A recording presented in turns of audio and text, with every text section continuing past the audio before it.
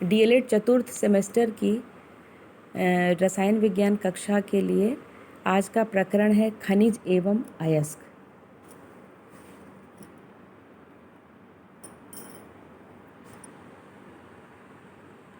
खनिज ऐसे भौतिक पदार्थ होते हैं जो धरती के अंदर खुदाई के माध्यम से प्राप्त किए जाते हैं। आप सभी जानते हैं कि हमारी पृथ्वी के भीतर अपार भंडार है खनिज पदार्थों का। उसमें लेकिन यह आवश्यक नहीं है कि पृथ्वी के भीतर ही प्राप्त हो, इसके अतिरिक्त हमारी भूपर्पटी पर भी, समुद्र में और पृथ्वी के तल से भी विभिन्न प्रकार के खनिज प्राप्त किए जा सकते हैं। ये खनिज धात्विक भी होते हैं और अधात्विक भी होते हैं। धात्विक खनिजों से धातु का निष्कर्षण होता है और अधात्विक खनिजों जैसे कोयला, पेट्रोलियम, बहुमूल्य रत्न, ये सब हैं।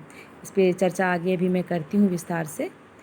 अन्य शब्दों में हम कह सकते हैं कि वह पदार्थ जिनको खानों या मूल स्रोतों से प्राप्त करते हैं उसे खनिज कहते हैं, जैसे लोहा, अभ्रक, कोयला, बॉक्साइट, जस्ता, चूना, पत्थर इत्यादि। अब ऐसे खनिज जिनमें धातु का निष्कर्षण अधिक मात्रा और कम लागत में हो जाता है क्या कहलाते हैं? अयस्क कहलाते हैं। अन्य शब्दों में जिन खनिजों से किसी धातु को प्रचुर मात्रा में कम खर्चे से प्राप्त किया जा सके अयस्क कहते हैं, जैसे कॉपर का अयस्क, कॉपर पाइराइट, एल्युमिनियम का अयस्क, बॉक्साइट इत्यादि। धातुएं प्रकृति में अपने वास्तविक रूप में नहीं पाई जाती। अधिकतर धातु ऑक्साइड, सल्फाइड अथवा कार्बोनेट के रूप में पाई जाती है, अर्थात धातुएं क्या हैं? अशुद्धियों के साथ मिश्रित अवस्था में पाई जा रही हैं और इन्हीं अशुद्धियों के कारण उनका निष्कर्षण आवश्यक हो जाता है शुद्ध धातु प्राप्त करने के लिए। और अशुद्धियों से मिश्रित इन धातुओं को ही हम क्या कहते हैं? अयस्क कहते हैं। लगभग सभी चट्टानों पर कुछ न कुछ मात्रा में धात्विक खनिज पाए जाते हैं। यदि खनिज में धातु की मात्रा अधिक होती है तो धातु निष्कर्षण सरल एवं लाभकर होता है। इसलिए हम ये कह सकते हैं कि सभी अयस्क खनिज होते हैं, परंतु सभी खनिज अयस्क नहीं होते। देखिए, ऐसे ही खनिज को हम अयस्क कहेंगे जिनसे धातुओं का निष्कर्षण होता है, क्योंकि अभी मैंने आपको पूर्व में बताया कि कुछ खनिज ऐसे होते हैं जिनसे धातुएं नहीं प्राप्त होती, उन्हें हम क्या कहते हैं? अधात्विक खनिज कहते हैं। तो इसलिए हम प्रत्यक्ष रूप से ऐसा समझ सकते हैं कि सभी अयस्क खनिज होते हैं, परंतु सभी खनिज अयस्क नहीं होते। क्यों नहीं होते? क्योंकि सभी खनिजों से हमें धातुएं प्राप्त नहीं होती।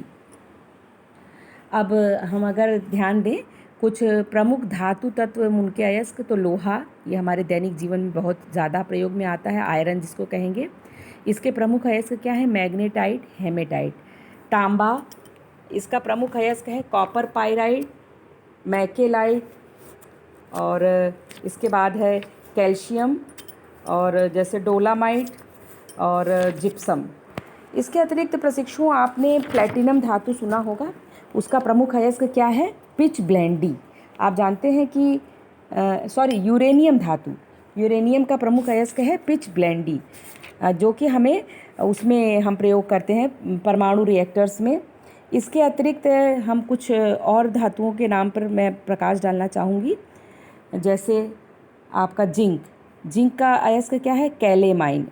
मैग्नीशियम का मैग्नीसाइड, लेड का गैलेना जिसको पीबीएस कहते हैं, सिल्वर का अर्जेंटाइड, एल्युमिनियम का बॉक्साइड, ये बहुत प्रसिद्ध और है अयस्क है एल्युमिनियम का, जिसमें बहुत प्रचुर मात्रा में एल्युमिनियम प्राप्त होता है, जिसका सूत्र है Al2O3 2H2O। एल्युमिनियम का ऑक्साइड है लेकिन हाइड्रेटेड होता है। और कैल्शियम का जिप्सम जिसको कहेंगे, अभी हमने आपको बताया भी इसमें जिप्सम का सूत्र क्या है? CaSO4 2H2O। इसके अतिरिक्त जैसा आपने ऊपर देखा कि सभी अयस्क खनिज होते हैं, परंतु सभी खनिज अयस्क नहीं होते। इसलिए अब हम कुछ ऐसे खनिज पदार्थों को देखेंगे जिनसे हमें धातुएं नहीं प्राप्त होती हैं, उन्हें हम क्या कहेंगे? अधात्विक खनिज, जैसे अभ्रक, कोयला, पेट्रोलियम और बहुमूल्य पत्थर। अब प्रमुख अधात्विक खनिज एवं उनके प्राप्ति स्थल। अभ्रक आप जान रहे हैं, माइका, जैसे ये कहाँ पे प्राप्त अधिक मात्रा में? बिहार में। बिहार में, उड़ीसा, तमिलनाडु, राजस्थान। अब बिहार का भाग जो झारखंड हो गया है, तो झारखंड में ही अभ्रक प्रचुर मात्रा में पाया जाता है। अलग बहुमूल्य पत्थर राजस्थान में। पेट्रोलियम आप जान रहे हैं कि हमारे भारत में गुजरात में, अरब सागर के तटीय क्षेत्र में, कृष्णा, कावेरी, गोदावरी नदियों के मुहाने पर। कोयला कहाँ पाया जाता है? पश्चिम बंगाल, बिहार, तमिलनाडु और श्रीनगर में भी है। इसके अतिरिक्त झारखंड, छत्तीसगढ़, कोयला कई प्रदेशों में पाया जाता है, लेकिन प्रचुर मात्रा में कोयले की खदानें हैं आपके झारखंड में। इसके अतिरिक्त अब हमारा अगला टॉपिक होगा जिस पे हम तो चर्चा करेंगे कि धातु एवं अधातु, मेटल एंड नॉन मेटल्स पे। तो आज की कक्षा के लिए इतना ही, जिसमें आज आपने देखा कि अयस्क क्या है, खनिज क्या है। पहले तो खनिज क्या है, और खनिज में हमने बताया कि धात्विक खनिज और अधात्विक खनिज हैं, और ऐसे खनिज जिनसे धातुओं का निष्कर्षण होता है उन्हें हम धात्विक खनिज कह रहे हैं। और जैसे कोयला, पेट्रोलियम, अभ्रक, ये सब क्या है? ये सब अधात्विक खनिज हैं।